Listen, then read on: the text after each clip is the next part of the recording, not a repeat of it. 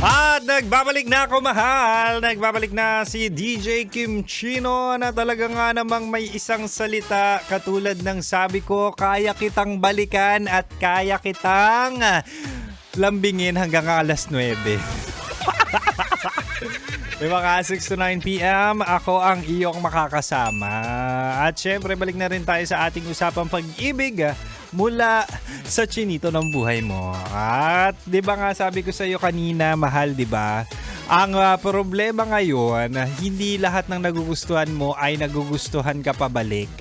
Hindi lahat ng crush mo ay talaga nga namang may posibilidad na magkagusto sa iyo. Kaya ibibigay ko ang 3 dapat mong gawin kapag hindi ka na-crush back ng crush mo.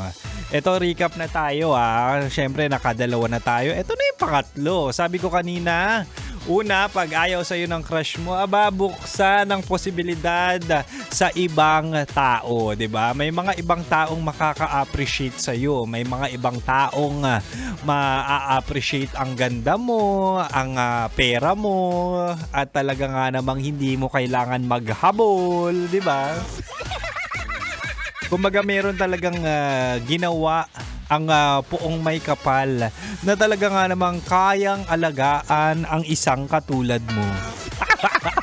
Di ba? May mga ganon. Yung talagang tatanggapin at pipiliin ka sa libo-libong duda at libo-libong isda sa karagatan. Ganon.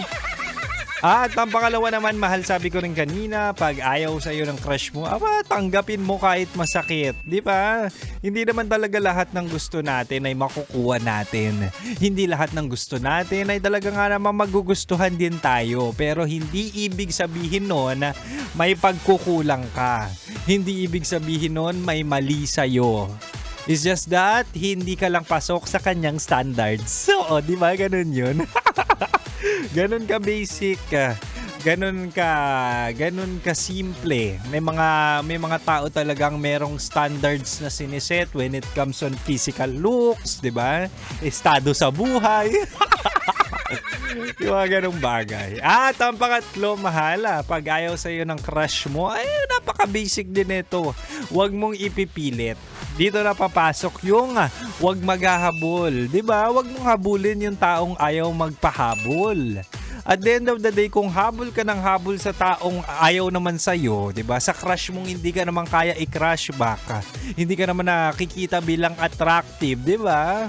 Might as well sa ibang tao mo na lang ilaan yung energy mo, yung lakas mo, yung pera mo. Diba? At the end of the day, mahal, ang paghahabol ay gawain lang ng mga animal. Tandaan mo, tao ka, okay? Tao ka. Kaya dapat, kapag ganyang bagay, kunwari, hindi ka pinahahalagahan, hindi ka na-appreciate, edi yung sarili mo na lang yung alagaan mo. Diba? Respect.